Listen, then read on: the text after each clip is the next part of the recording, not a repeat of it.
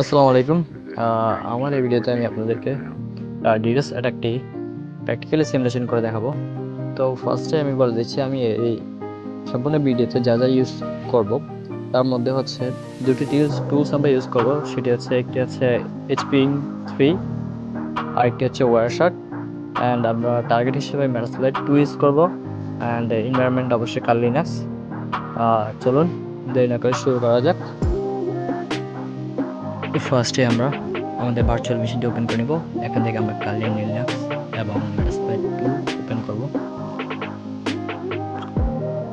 দেন এটি যখন ওপেন হয়ে যাবে, দেখুন এটি হচ্ছে আমাদের মেটাসপ্লয়েড 2 মেশিন, যেটি আমরা আমাদের টার্গেট হিসেবে ইউজ করতে যাচ্ছি। তো ফার্স্টে আমরা মেটাসপ্লয়েড 2 মেশিনটিতে লগ ইন করে ফেলবো। এটার জন্য আমি MSF অ্যাডমিন যেটা ইউজ করি, অ্যান্ড দেন আমরা ইফ কনফিগ করে আমাদের মেটাসপ্লয়েড 2 মেশিনের যে আইপি অ্যাড্রেসটি সেটি আমরা এখানে দেখতে পাবো। এই যে দেখুন নেট এখানে। তো এরপরে আমরা আমাদের কালিনাস টার্মিনাল চলে যাবো।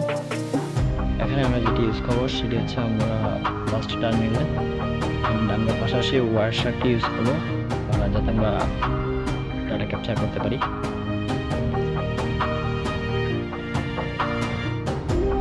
টার্মিনালটি একটু ফেলে রাখি, আমরা যদি এদিকে ওয়ারশার্ক টুলটি ইউজ করবো। ওয়ারশার্ক টুলটি আমরা এখান থেকে ওপেন করে নিব। ওয়ারশার্ক নিচে দেন এটি আমরা করে এখান থেকে চালু করে নেব। এখন ফার্স্টে আমরা যেটি করব, আমরা ফার্স্টে আমাদের যে টার্গেট মেশিনটি আছে সার্ভার,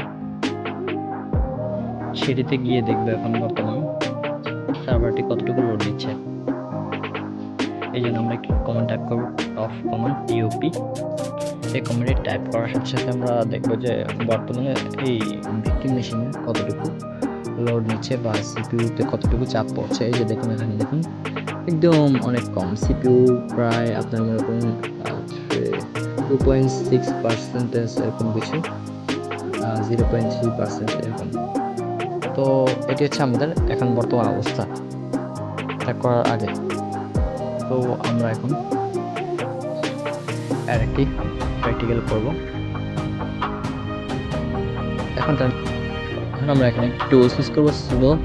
ফার্স্ট আমরা কার্নেল পারমিশন দিয়ে দিব, দেন হচ্ছে আপনার রুট পারমিশন দেওয়ার পরে আমরা SP3, দেন হচ্ছে -s, এটা বড় হতে হবে, -s, দেন হচ্ছে লোড, এটা দিয়ে হচ্ছে আপনার অনেকগুলো রিকোয়েস্ট একসাথে পাঠাবে। দেন হচ্ছে আপনার ভার্নাস যে ইয়াটি -b, দেন হচ্ছে আপনার টার্গেট মেশিনের যে আমরা আইপিটি মেটাসপ্লয়েড 2 মেশিন হিসেবে নিয়েছি ওইটির আইপি এখানে দিয়ে দিব।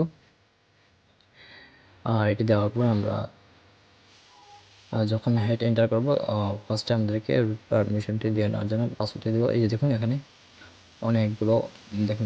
অনেকগুলো রিকোয়েস্ট একসাথে যাওয়া শুরু হয়েছে।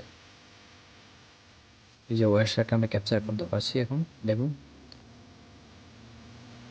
এই যে এখানে দেখুন এখন এখানে আপনার মেটাসপ্লয়েড 2 মেশিনের উপর সিপিইউর উপর আসছে। দেখুন এই যে এখানে 3.2 থেকে 4.2% সিপিইউর চাপ বাড়ছে আস্তে আস্তে। দেখুন সিপিইউর উপরে এই যে দেখুন থেকে বেরিয়ে এই যে দেখুন এখানে একসাথে অনেকগুলো রিকোয়েস্ট একসাথে পাঠাচ্ছে। তো আমরা মূলত এই অ্যাটাকটি ডিডোস অ্যাটাকটি মূলত এই জন্যই করা হয় যে আমরা সার্ভারে যত ধরনের ওয়েবসাইট বা সার্ভার আছে ওদের একটা রেট লিমিটিং আছে, যে আপনার একসাথে এতগুলো সে রিকোয়েস্ট ক্যাপচার করতে পারবে। তো এই সুযোগটাকে কাজে লাগিয়ে মনে করুন হ্যাকাররা একসাথে ওই রেট লিমিটের চেয়েও বেশি একসাথে অনেকগুলো অ্যাটাক এই ডিডোস অ্যাটাকের মাধ্যমে করে, অনেকগুলো রিকোয়েস্ট একসাথে পাঠায় এই ডিডোস অ্যাটাকের মাধ্যমে, যার কারণে সার্ভারটি তার নিয়ন্ত্রণ হারিয়ে ফেলে। এই জন্য মাঝে মাঝে সার্ভার ক্র্যাশ করে। এই বিভিন্ন পত্রপত্রিকা দেখবেন ডিডোস অ্যাটাকের মাধ্যমে হ্যাকাররা বিভিন্ন দেশে সার্ভার ডাউন করে দেয়, বিভিন্ন এরকম শুনবেন। তো এটা মূলত এরকমই।